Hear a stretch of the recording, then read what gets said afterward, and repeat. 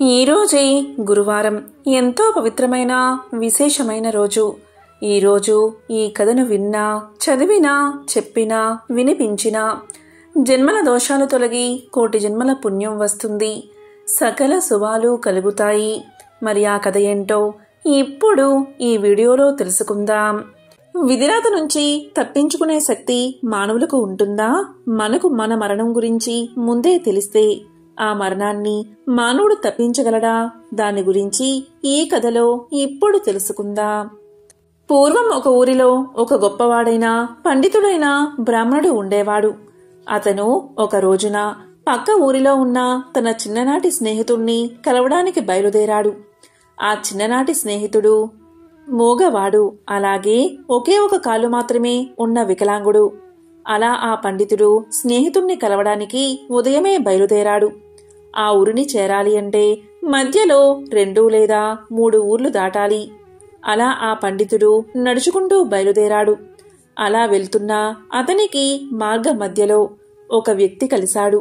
అప్పుడు ఆ పండితుడు ఆ వ్యక్తిని పేరు అడగగా తన పేరు మహాకాలుడు అని చెప్పాడు. అప్పుడు ఆ పండితుడు ఎలాగో నడుస్తూనే వెళ్ళాలి కదా, అతనితో మాట్లాడుకుంటూ వెళ్ళవచ్చు అని అనుకున్నాడు. ఆ విధంగా ఇద్దరూ మాట్లాడుకుంటూ ముందుకు వెళ్తున్నారు. అలా వెళ్తూ ఉండగా మధ్యలో ఒక చిన్న ఊరుకు చేరగానే ఆ మహాకాలుడు పండితుడితో ఇలా పలికాడు. మహాత్మా, మీరు నడుస్తూ ఉండండి. నాకు ఇక్కడ ఒక చిన్న పని ఉంది. నేను ఆ పనిని పూర్తి చేసుకుని మిమ్మల్ని ముందు దారిలో కలుస్తాను అని చెప్పి అతను ఆ ఊరిలోకి వెళ్లిపోయాడు. ఆ పండితుడు సరే అని చెప్పి ముందుకు కదిలాడు. అలా కొద్దిసేపటికి ఆ ఊరిలో ఒక వ్యక్తిని పశువులు తొక్కి చంపేశాయి అనే వార్త పండితుడికి వేరే వాళ్ల వల్ల తెలిసింది. అలా కొద్దిసేపటికి ఆ మహాకాలుడు వచ్చి బ్రాహ్మణుడితో కలిసి నడుస్తున్నాడు. అలా ఇద్దరూ కలిసి నడుస్తూ ఉండగా చీకటి పడింది. అప్పుడు ఆ పండితుడు ఇలా అన్నాడు, ఇప్పుడు చీకటి పడింది. మనం ఈ రోజు రాత్రికి ఈ ఊరిలో ఉన్న గుడిలో పడుకుని తెల్లవారగానే మళ్లీ ప్రయాణం మొదలు పెడదాం అని పలకగా ఆ మహాకాలుడు ఇలా సమాధానం చెప్పాడు. సరే మహాత్మా, అలాగే చేద్దాం. మీరు ఇక్కడే ఉండండి. నాకు ఈ ఊరిలో ఒక ముఖ్యమైన పని ఉంది. ఆ పనిని పూర్తి చేసుకోగానే వెంటనే నేను ఇక్కడికి చేరుకుంటాను అని చెప్పి మహాకాలుడు ఆ ఊరి లోపలికి వెళ్తాడు. అతను వెళ్లిన కొద్దిసేపటికి ఆ ఊరిలో పెద్ద నిప్పు అంటుకుంటుంది. అప్పుడు ఆ పండితుడు ఆ మహాకాలుడు వెళ్లిన ప్రతి చోట ఏదో ఒక అనర్థం జరుగుతుంది, ఇతను వెళ్తే అక్కడ ఏదో జరుగుతుంది అనే అనుమానం మొదలైనది. కొద్దిసేపటికి మహాకాలుడు గుడి దగ్గరికి వచ్చేశాడు. కాని పండితుడు మాత్రం మహాకాలుణ్ణి ఏమీ అడగలేదు. పొద్దున్న లేవగానే ఇద్దరూ ప్రయాణాన్ని ప్రారంభించారు. మళ్లీ కొద్ది దూరం వెళ్లగానే ఇంకొక ఊరికి చేరుకున్నారు. అప్పుడు ఆ మహాకాలుడు ఇలా అన్నాడు, మహాత్మా, మీరు ముందుకు నడుస్తూ ఉండండి. నాకు ఈ ఊరిలో ఒక చిన్న పని పడింది. అది ముగించుకుని నేను ముందు దారిలో మిమ్మల్ని కలుస్తాను అని చెప్పి అతను ఊరి లోపలికి వెళ్లిపోయాడు. కాని ఈసారి పండితుడు ముందుకు వెళ్లకుండా అక్కడే నిలబడి వేచి చూస్తున్నాడు. కొద్దిసేపటికి ఆ ఊరిలో ఒక వ్యక్తి పాముకాటుకు చనిపోయాడు అనే విషయం పండితుడి చెవున పడింది.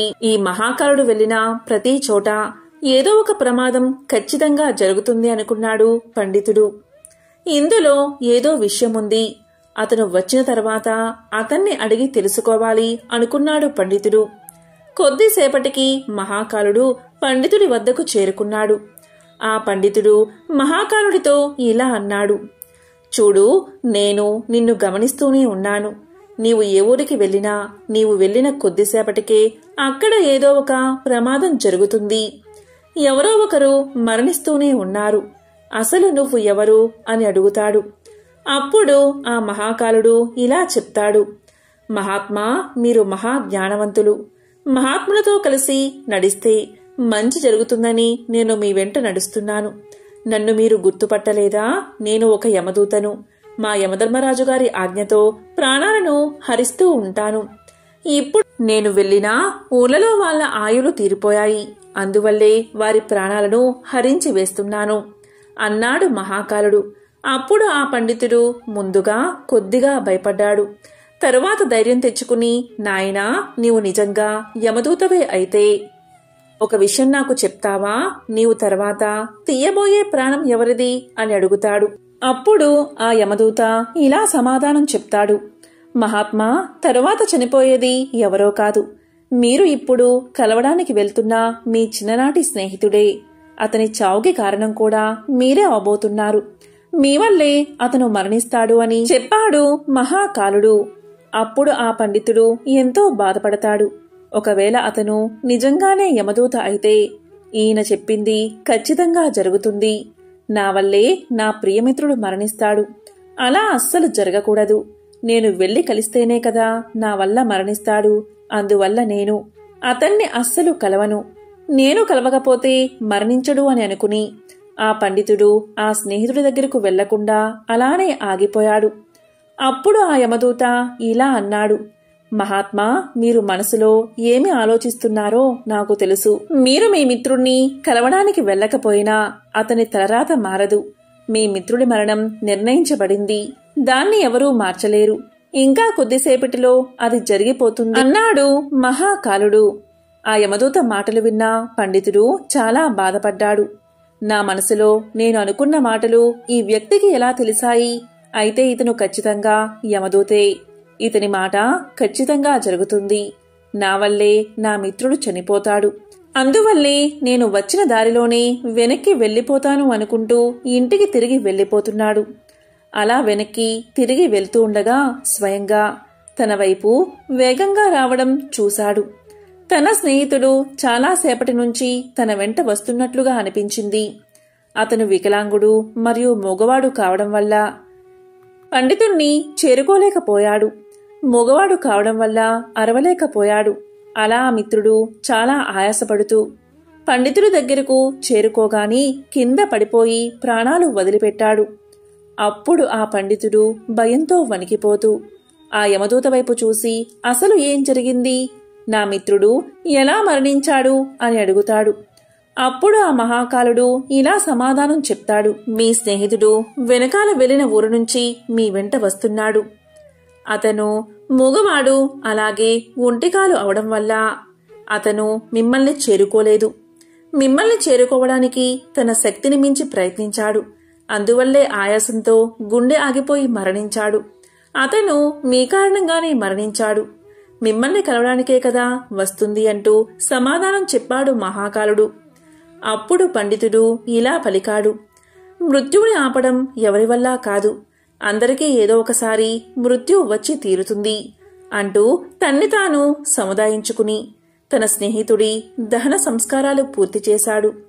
అప్పుడు ఆ పండితుడికి తన మృత్యువు గురించి తెలుసుకోవాలి అనే కోరిక కలిగింది. అప్పుడు ఆ పండితుడు ఇలా అన్నాడు. ఓ యమదూత, మరి నాకు మృత్యువు ఎప్పుడు వస్తుందో, ఎలా సంభవిస్తుందో చెప్పండి అని అడుగుతాడు. అప్పుడు ఆ యమదూత ఇలా అంటాడు. మహాత్మా, సాధారణ జీవులకు మృత్యువు గురించి ముందే తెలుసుకోవడం మంచిది కాదు. ఎవరైనా సరే తమ మరణం గురించి ముందే తెలుసుకుంటే దుఃఖాన్ని పొందుతారు. కానీ మీరు చాలా జ్ఞానవంతులు. అలాగే మీ మిత్రుడి యొక్క మరణాన్ని చూసి మరణాన్ని ఎవరూ తప్పించలేరు అనే సత్యాన్ని తెలుసుకున్నారు. కాబట్టి మీ మృత్యువు గురించి మీకు తెలిసినా మీరు అంతగా దుఃఖించరు అని నేను అనుకుంటున్నాను. అందువల్ల నేను మీ మరణ రహస్యాన్ని చెప్తాను. మీ మరణం ఈ రోజు నుంచి సరిగ్గా 6 నెలల్లో సరిగ్గా ఇదే రోజు రాజ్యంలో ప్రజలందరి మధ్యన ఉరివేసి చంపబడతారు. అలా మీకు మరణం సంభవిస్తుంది. ఆశ్చర్యాన్ని కలిగించే విషయం ఏంటి అంటే మీరు నవ్వుతూ ఈ ఉరిని స్వీకరిస్తారు అని చెప్పి ఆ మహాకాలుడు అక్కడ్నుంచి వెళ్లిపోయాడు. ఆ తరువాత పండితుడు కూడా తన ఊరికి వెళ్లిపోయాడు. ఎంతటి పండితుడైనా తన మరణం గురించి ఖచ్చితంగా తెలిస్తే భయం కలుగుతుంది కదా. అలాగే ఆ మృత్యువును తప్పించుకునే ప్రయత్నాలు చేస్తారు. సరిగ్గా ఈ పండితుడు కూడా అదే చేశాడు. పండితుడు గొప్ప విద్వాంసుడు కావడం వల్ల అతనికి ఆ దేశ రాజుగారు బాగా తెలుసు. అప్పుడు ఆ పండితుడు మహారాజు వద్ద గొప్ప గొప్ప జ్ఞానవంతులైన మంత్రులు ఉంటారు. వారి దగ్గరకు వెళ్లి నా గురించి చెప్తే వారు మృత్యువును ఆపే ఏదో ఒక ప్రయత్నం చేస్తారు అని ఆలోచించి మర్నాడు ఉదయాన్నే రాజ్యసభకు వెళ్లి జరిగిన వృత్తాంతానంతా చెప్పాడు. అప్పుడు ఆ మహారాజు మంత్రుల సలహాలు అడిగి, ఈ పండితుడు చెప్పింది నిజమే అయితే ఇతని మరణం 6 నెలల తర్వాత, అది కూడా వేరే రాజ్యంలో జరుగుతుంది. అందువల్ల ఈ పండితుడు వచ్చే 6 నెలలు ఈ కోటలోనే ఉండాలి అని, దానికి కావలసిన అన్ని సౌకర్యాలు ఏర్పాటు చెయ్యమని ఆదేశించాడు.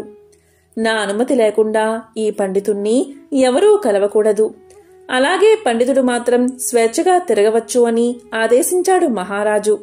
ఎందుకంటే పండితుడికి తిరిగే స్వేచ్ఛ లేకపోతే అతన్ని బంధించినట్లుగా అవుతుందని, అతడికి ఎక్కడైనా తిరిగే స్వేచ్ఛను ఇచ్చాడు మహారాజు. కాని ఆ పండితుడు మృత్యువుకు భయపడి బయటకు కూడా రావడం లేదు. కోటలోనే ఉంటున్నాడు. కాలం గడుస్తూ ఉంది. చివరికి పండితుడికి మృత్యువు సంభవించే రోజు రానే వచ్చింది. తెల్లవారితే మరణం సంభవించే రోజు. అప్పుడు ఆ పండితుడు ఇలా అనుకున్నాడు, నేను బయటకు వెళ్తేనే కదా మరణం. నేను ఎలాగో బయటకు వెళ్ళను, ఇక్కడే ఉంటాను. ఇక్కడే ఉంటే మరణం సంభవించదు. ఇక నేను మరణాన్ని తప్పించుకున్నట్లే అని అనుకుని ఆనందంగా ఆ రోజు రాత్రి త్వరగానే పడుకున్నాడు.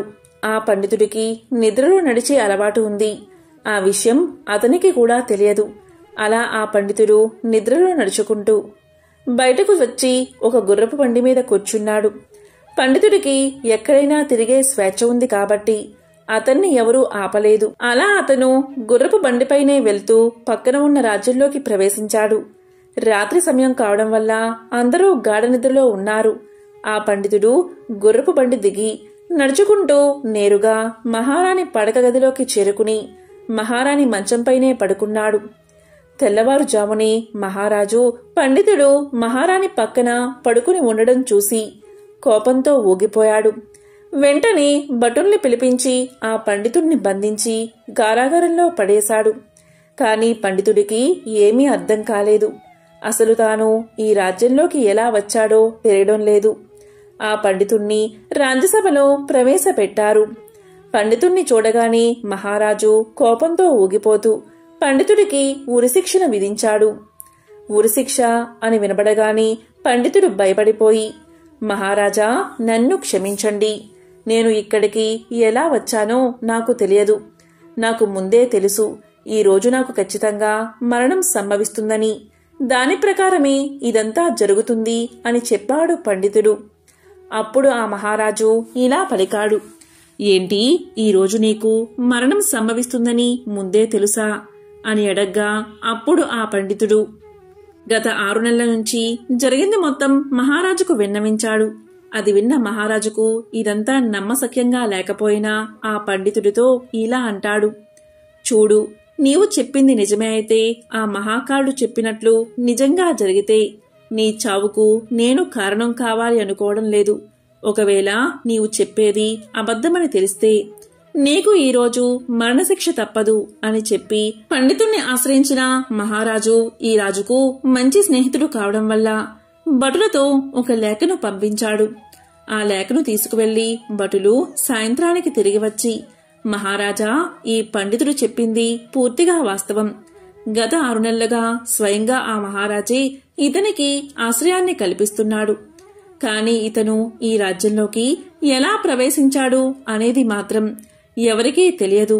అందువల్ల ఇతనికి ఉరిశిక్ష వేయడం మంచిది కాదు అన్నారు. కాని ఇప్పుడు మహారాజా, పెద్ద సమస్య వచ్చింది. అది ఏంటి అంటే, మహారాజు ఏమీ ఆలోచించకుండా ఉరిశిక్ష విధించమని తీర్పు ఇచ్చాడు. ఉరి వేయకపోతే ఇతను ఇచ్చిన మాట తప్పుతుంది. అలా ఎప్పటికీ జరగకూడదు. ఒకవేళ ఉరేస్తే ఒక అమాయకుడు మరణిస్తాడు. పెద్ద సంకటలో పడిపోయాడు మహారాజు. అప్పుడు ఆ మహారాజు అందరి మంత్రులతో చర్చించి ఒక ఉపాయాన్ని ఆలోచించారు. అప్పుడు మంత్రులు ఇలా పలికారు, మహారాజా, మనం ఈ పండితుడికి సన్నని ఒక చిన్న దారంతో ఉరిశిక్షను అమలు చేద్దాం. అలా చేస్తే మీరు ఇచ్చిన తీర్పు అమలవుతుంది. అలాగే పండితుడికి ఏ ప్రాణహాని జరగదు అని చెప్పారు మంత్రులు. ఇక మహారాజుకు కూడా ఈ ఉపాయం బాగా నచ్చింది.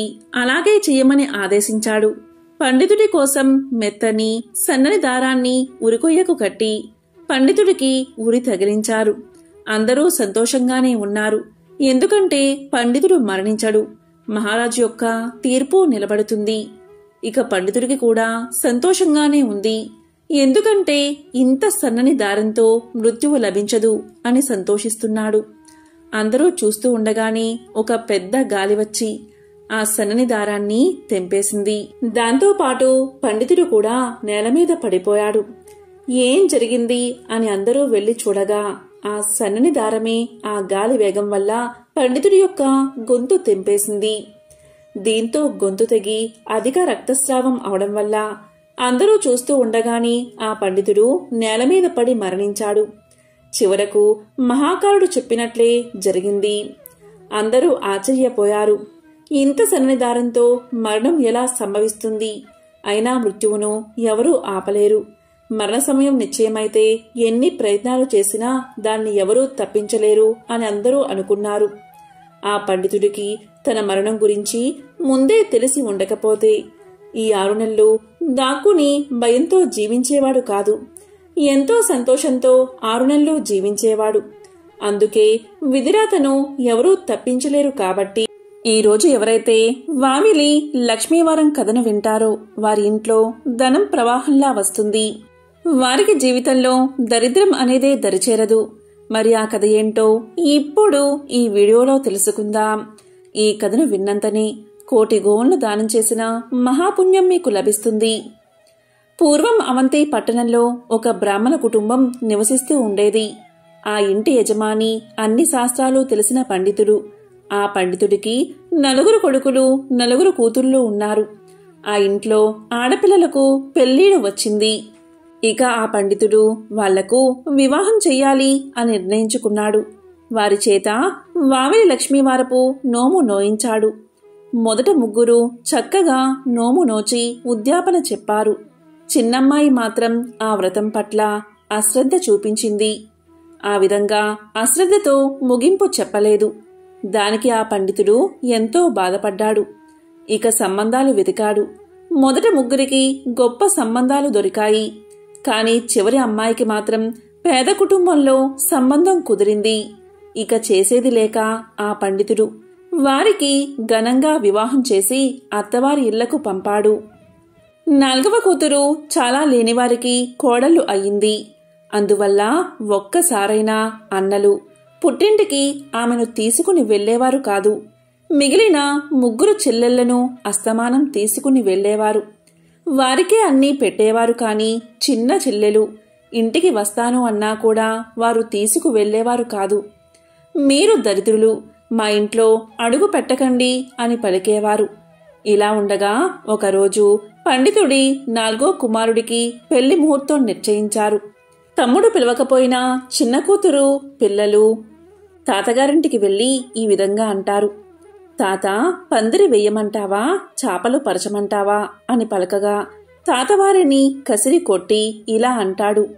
మీరు దరిద్రులు అని బయటకు నెట్టేస్తాడు. ఇక వారు ఆ విషయాన్ని తల్లికి వెళ్లి చెప్తారు. దాంతో ఆమె ఎంతో దుఃఖించి ఇదంతా ఎందుకు జరిగింది అని కూర్చుని ఆలోచిస్తుంది. అలా ఆలోచించే సందర్భంలో ఆమెకు గుర్తుకు వస్తుంది. ఆమె వావిలి లక్ష్మీవారపు నోమును పట్టి దాన్ని ముగించలేదని. తన అక్కలు మాత్రం ఆ వ్రతాన్ని ఎంతో భక్తి శ్రద్ధలతో ఆచరించారు. అందుకే వారికి అంత ఐశ్వర్యం కలిగింది. ఇదంతా ఆ గురువారం రోజు వావిలి లక్ష్మీవారపు నోము మహత్యం వల్లే. నేను ఆ నోమును సరిగ్గా నోచుకోకపోవడం వల్లే ఇంత పేదరికాన్ని అనుభవిస్తున్నానని ఆమె అనుకుంది. ఇక వెంటనే ఆమె ఆలస్యం చేయకుండా వావిలి లక్ష్మీవారపు నోము పట్టి ఉద్యాపన చెప్పింది. ఆ కథ చెప్పుకుని అక్షింతలు తలపై వేసుకుంది. కొత్త చాటలో కడిగిన బియ్యం 1 కేజీ, కడగని బియ్యం 1 కేజీ మరియు వావిలి కొమ్ములు కూడా పెట్టి పాతచేట మూత పెట్టి జాకెట్టు ముక్క తాంబూలాలతో గోడపై నుండి 35 మందికి వాయినం ఇచ్చింది. ఇంతలో ఆమె ఇంట్లో గనగనమని శబ్దం వచ్చింది. ఏంటని వెళ్లి చూసేసరికి ఇల్లంతా ఆభరణాలతో బంగారపు వజ్రాలతో నిండిపోయింది. సర్వసంపదలు ఆమెకు కలిగాయి. ఆ ధనంతో 1000 ఎకరాల పొలం కొన్నది. మంచి ఇల్లు కట్టుకుంది. అన్ని ఆభరణాలు ధరించుకుంది. ఇక ఆమె గురించి ఆ ఊళ్ళో వారంతా చెప్పుకోవడం మొదలుపెట్టారు. ఫలానా ఆమె వావిలి లక్ష్మీవారపు నోమునొచ్చి సర్వ ఐశ్వర్యాలు పొందిందని అందరూ చెప్పుకోగా పుట్టింటి వారికి ఈ విషయం తెలిసింది. ఒకరోజు సర్వ ఆభరణాలు అలంకరించుకుని ఆమె పుట్టింటికి వెళ్లేసరికి ఆమె తల్లిదండ్రులు, అక్కా చెల్లెళ్ళు, అన్నా తమ్ముళ్ళు ఎంతగానో గౌరవించారు. ఇదంతా వావిలి లక్ష్మీవారపు వ్రత మహత్యమేనని ఆమె అనుకుంది. అలా వారు సకల ఐశ్వర్యాలతో జీవించారు. అదృష్టం ఉన్నవారు మాత్రమే ఈ కథను వినగలుగుతారు. ఈ కథను విన్నంత మాత్రం చేతనే సకల సంపదలు కలుగుతాయి. ఇక మీ ఇంట్లో అన్ని శుభాలే కలుగుతాయి. పూర్వం దండకారణ్యంలో ఒక చెట్టు కింద శుచిముఖమనే పక్షి నివాసం ఉండేది. దానికి ఇతరులకు సహాయం చెయ్యాలి అనే సద్బుద్ధి ఉండేది. ఆ చుట్టుపక్కల చెట్ల మీద కొన్ని కోతులు కూడా నివాసం ఉండేవి. ప్రతిరోజు ఉదయాన్నే శుచిముఖం నిద్రలేచి ఆహారం కోసం ఎక్కడెక్కడో తిరిగి ఆహారాన్ని సంపాదించుకుని తిని సాయంత్రానికి తన గూటికి చేరుకునేది. ఒకసారి వర్షాకాలం ముగిసి చలికాలం వచ్చింది. కోతులు ఆ చలికి తట్టుకోలేకపోతున్నాయి. మంట వెలిగించడం వాటికి చేతకాదు. మంటను ఎలా వెలిగించాలి అని ఆలోచిస్తూ ఉన్నాయి ఆ కోతులు. మధ్యాహ్నం అంతా కూడా ఎంత బాగానే ఉన్నా రాత్రవుతున్న కొద్దీ చలి తీవ్రత విపరీతంగా పెరిగిపోయేది. పైగా అది అడవి, సహజంగానే చలి విపరీతంగా ఉంటుంది. అప్పుడప్పుడు ఆ దారిలో పోయేటటువంటి మనుషులు చలి కాచుకోవడానికి మంటను వేసేవారు. ఆ మంటను చూసి కోతులు మనం కూడా ఇలా మంట వేసుకుంటే బాగుంటుంది అని అనుకునేవి. కానీ మంట వెలిగించడానికి వాటికేమీ తెలియదు కదా. దాంతో అవి తమలో తాము ఎంతగానో మదన పడుతూ ఉండేవి. శుచిముఖం కోతులను రోజూ కనిపెడుతూనే ఉండేది. రాత్రిపూట మినుగురు పురుగులు ఎగురుతూ ఉండేవి. వాటి శరీరం నుంచి వచ్చే వెలుగు చూసి కోతులు అవి మంట అని తలిచేవి. ఒకరోజు రాత్రిపూట కోతులన్నీ కలిసి ఒక్కొక్కటిగా మినుగురు పురుగులను పట్టుకుని ఒకచోట గుప్పగా పోసాయి. ఆ పురుగుల శరీరం నుంచి వెలువడే వెలుగును చూసి మంట అని తలిచి ఆ పురుగుల చుట్టూ చేరి చలి కాచుకునేవి. శుచిముఖం ఇదంతా గమనిస్తూనే ఉంది. దానికి నవ్వు వస్తుంది. కోతులు ఎంత తెలివి తక్కువవి, మినుగురు పురుగుల నుంచి వచ్చే వెలుగుని మంట అనుకుంటున్నాయి. పైగా వాటి చుట్టూ చేరి చలిమంట కాచుకుంటున్నాయి అని తలచి తనలో తాను నవ్వుకుంది. ఒకరోజు రాత్రి కోతులన్నీ కూడా ఎప్పటిలాగా మినుగురు పురుగులు పట్టుకుని ఒకచోట కుప్పలాగా పోసి చలి కాచుకుంటున్నాయి. శుచిముఖం అది చూసి ఊరికే ఉండలేకపోయింది. కోతులకు వాస్తవం చెప్పాలి అనుకుంది. ఇక కోతులతో శుచిముఖం ఇలా పలికింది. అయ్యా కోతుల్లారా, మీరు చలి కాచుకుంటుంది నిజంగా మంట కానే కాదు. అవి మిలుగురు పురుగులు. ఆ పురుగుల నుంచి వచ్చేది కేవలం వెలుగు మాత్రమే. ఆ వెలుగును మీరు వేడి అనుకుని తాపత్రయపడుతూ భ్రమపడుతూ ఉన్నారు. కట్టె పుల్లలను కాలిస్తేనే మంట పుడుతుంది. ఆ మంటకే వేడి కలుగుతుంది. ఆ వేడి కాచుకుంటూనే చలి తీరుతుంది. అంతేకాని ఈ మినుగురు పురుగులకు వేడి ఎక్కడిది అని చెప్పి నవ్వింది. కోతులు శుచిముఖం చెప్పిన మాటలు విన్నాయి. ఈ పక్షి ఏమిటి మాకు సలహాలు ఇస్తుంది అని అనుకున్నాయి. శుచిముఖం కోతులతో మళ్ళీ ఇలా పలికింది. ఓ కోతుల్లారా, ఇందాకే ఈ దారి వెంబడి వెళ్లిన మనుషులు మంట వేసుకుని చలి కాచుకున్నారు కదా. అక్కడ చూడండి, నిప్పు ఉంటుంది. దానిలో కొన్ని కట్టె పుల్లలు తెచ్చి ఇక్కడ వేయండి. అవి రాచుకుని మళ్ళీ మంట వస్తుంది. మీకు చలిబాధ తీరుతుంది అని పలికింది. ఇక కోతులన్నీ శుచిముఖం వైపు ఆశ్చర్యంగా అసహనంగా చూశాయి. అలా చూడగా శుచిముఖం మళ్ళీ ఇలా పలుకుతుంది. ఇంకా చూస్తారేమిటి కోతుల్లారా, ఎంతసేపు మీరు ఆ మినుగురు పురుగుల చుట్టూ కూర్చున్నా ఏమీ ప్రయోజనం ఉండదు. అక్కడ వేడి అనేదే ఉండదు అని చెప్పింది. ఇదంతా విన్న కోతులకు కోపం అధికమైంది. వాటిలో ఒకటి తెలివిగా శుచిముఖం వైపు చూసి ఇలా పలికింది. ఓ పక్షి, ఆ మంట ఎలా వెయ్యాలో ఒకసారి మా దగ్గరకు వచ్చి చూపించొచ్చు కదా అని పలికింది. దానికి శుచిముఖం, తనని సలహా అడిగారు అనే ఉత్సాహంతో, ఆనందంతో ఒళ్ళు మరచి ఆ కోతుల దగ్గరకు వెళ్ళింది. అప్పటికే బాగా కోపంగా ఉన్నటువంటి కోతులు సుజుముఖాన్ని గట్టిగా పట్టుకున్నాయి. ఓ పక్షి, మేము ఎంత పెద్ద జంతువులం, నువ్వేమిటి మాకు చెప్పేదేమిటి? నీవేమో వేలడంత లేవు, అయినా కూడా నీవు మాకు సలహాలు ఇస్తున్నావు, నీతులు చెప్తున్నావు, నీకు ఉన్న బుద్ధి మాకు లేదా ఏంటి అని కోతులు కోపంగా తమకు మంచి చెప్పబోయినా సుజుముఖం మెడపట్టుకుని పిసికి చంపేశాయి. కాబట్టి మూర్ఖులకు హితం చెప్పరాదు, సలహా ఇవ్వనే ఇవ్వకూడదు. ఎందుకంటే బుద్ధిహీనులు మంచివారు చెప్పిన మాటలు అస్సలు వినరు. పైగా వారి వల్ల బుద్ధిమంతులకు ప్రాణహాని కూడా ఏర్పడుతుంది. కాబట్టి దుష్టులకు, బుద్ధిహీనులకు దూరంగా ఉంటే చాలా మంచిది. ఎందుకంటే సుజిముఖానికి పట్టిన గతి కూడా మీకు పడుతుంది. కాబట్టి ఎవరితో వివేకంగా ఉండాలి, ఎవరితో అవివేకంగా ఉండాలి అని తెలుసుకోవాలి. అప్పుడే ఎవరికి సహాయం చేయాలి అనే విషయం అర్థమవుతుంది. ఎంతో పవిత్రమైన విశేషమైన ఈరోజు ఈ కథను అదృష్టం ఉన్నవారు మాత్రమే వింటారు. అలాగే మరొక నీతి కథను ఇప్పుడు విందాం. ఈ కథను విన్నంతనే సకల శుభాలు కలుగుతాయి. ఒక పర్వత శిఖర ప్రాంతంలో ఒక మహావృక్షం ఉండేది. ఆ వృక్షం పైన ఒక పక్షి నివసిస్తూ ఉండేది. అది అన్ని పక్షుల్లా కాకుండా ఒక ప్రత్యేకతను కలిగి ఉండేది. అది ఏంటి అంటే, ఆ పక్షి రెట్టవేస్తే అది బంగారంగా మారిపోయేది. ఒకరోజు ఒక వేటగాడు పక్షుల్ని వేటాడుతూ ఆ వృక్షం కిందకు వచ్చి నిలబడ్డాడు. వేటగాడు చూస్తూ ఉండగానే ఆ పక్షి రెట్టవేయడం, తక్షణమే అది బంగారు కణికగా మారిపోవడం జరిగిపోయాయి. ఈ అద్భుతాన్ని చూసిన వేటగాడు తన కళ్ళను తానే నమ్మలేకపోయాడు. ఆహా, ఇదేమి వింత! నా చిన్నప్పటి నుంచి పక్షుల్ని వేటాడి పట్టుకుంటూ ఉన్నాను, కానీ ఇవాళ ఈ వింతేమిటి? పక్షి వేసిన రెట్ట బంగారంగా మారడమేమిటి? నేనెక్కడా వినలేదు, చూడలేదు అని అనుకున్నాడు వేటగాడు. ఎలా అయినా సరే ఆ పక్షిని పట్టుకోవాలని వలవేశాడు. పాపం, ఆ పక్షికి వేటగాడు పన్నిన పన్నాగం తెలియకపోవడం వల్ల వల్లో చిక్కుపోయింది. వెంటనే ఆ పక్షిని తీసి పంజరంలో బంధించాడు వేటగాడు. అప్పుడే వాడికొక ఆలోచన వచ్చింది ఈ వింత పక్షి గురించి.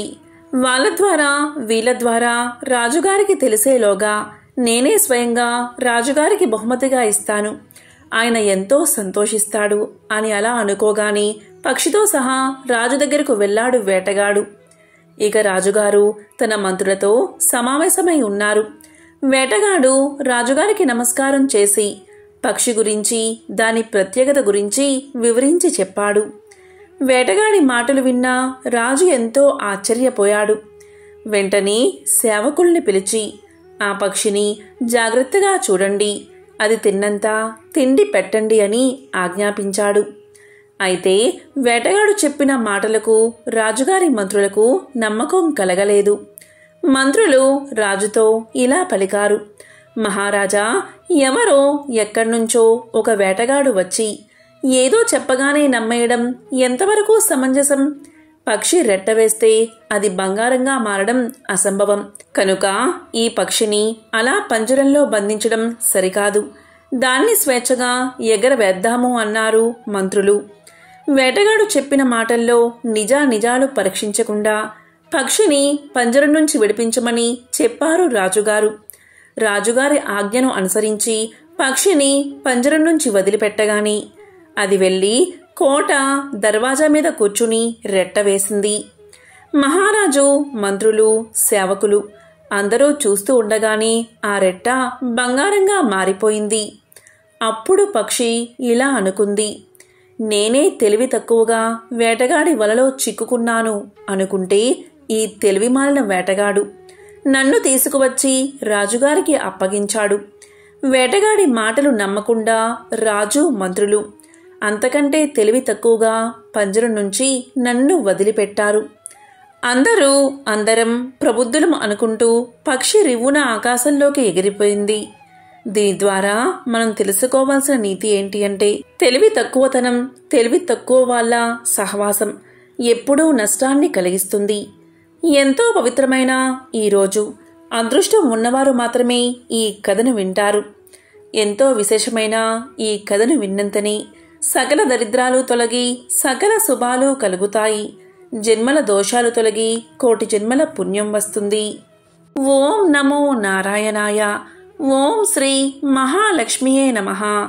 ఓం శ్రీ మాత్రే నమః.